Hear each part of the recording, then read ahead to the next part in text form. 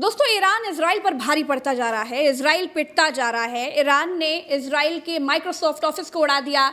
Israel में राइजमैन research centre को उड़ा दिया, जहां पर तमाम रिसर्चर्स रिसर्च करते थे, साइंटिस्ट रिसर्च करते थे। तो ये बड़ा धमाका, बड़ा हमला ईरान ने इजराइल में किया, जिसके बाद अब इजराइल को ये उम्मीद थी कि अमेरिका उसके साथ आएगा। लेकिन अब अमेरिका ने भी इजराइल की उम्मीदों पर पानी फेर दिया, क्योंकि अमेरिका ने इजराइल के साथ लड़ने से फिलहाल मना कर दिया, के साथ ईरान के सामने आने से साफ मना कर दिया। अमेरिका ने कहा कि वो 14 दिन का वक्त लेगा, फिर सोचेगा, समझेगा, फिर बताएगा कि उसको ईरान इजराइल युद्ध में आखिर करना क्या है। तो अमेरिका आखिर क्यों पीछे हट गया, और अब पीछे हटा तो कब साथ आएगा, आएगा भी कि नहीं आएगा? तमाम सवालों के जवाब के लिए आज हमारे साथ विदेश मामलों के जानकार भरत जी हैं। भरत जी, क्या हुआ? ये अमेरिका पतली गली पकड़ के निकल गया, ईरान को जवाब देना चाहिए था, इजराइल के साथ खड़ा रहना चाहिए था, क्या हो गया? यही दोस्ती, यही प्यार?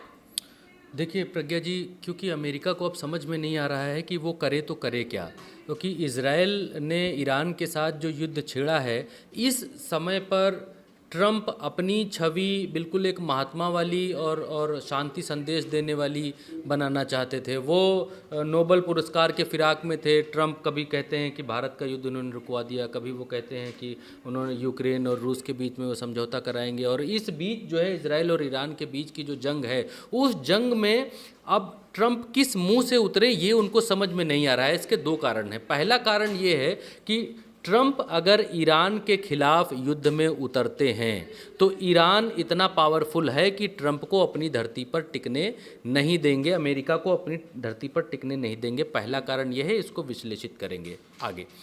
दूसरा कारण जो है उसको पहले समझेंगे। दूसरा कारण यह है कि ट्रंप बिजनेस माइंडेड व्यक्ति है।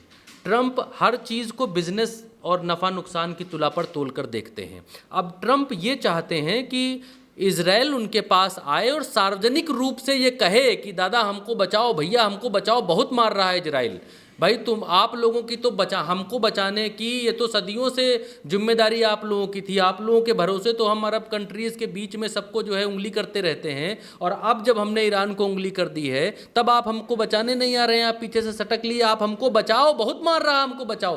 तब ट्रंप ये कहें कि हाँ तथास्तु, हम आ रहे हैं तुमको बचाने, चलो टाई लगाए लाल रंग की और बचाने चले आए। पहला कारण ये है कि सार्वजनिक तौर पर आए नेतन्याहू कहने, और इसीलिए बार बार नेतन्याहू कह रहे हैं ट्रंप अगर अमेरिका हमारे साथ नहीं भी आएगा तब भी हम युद्ध लड़ेंगे, तब भी हम।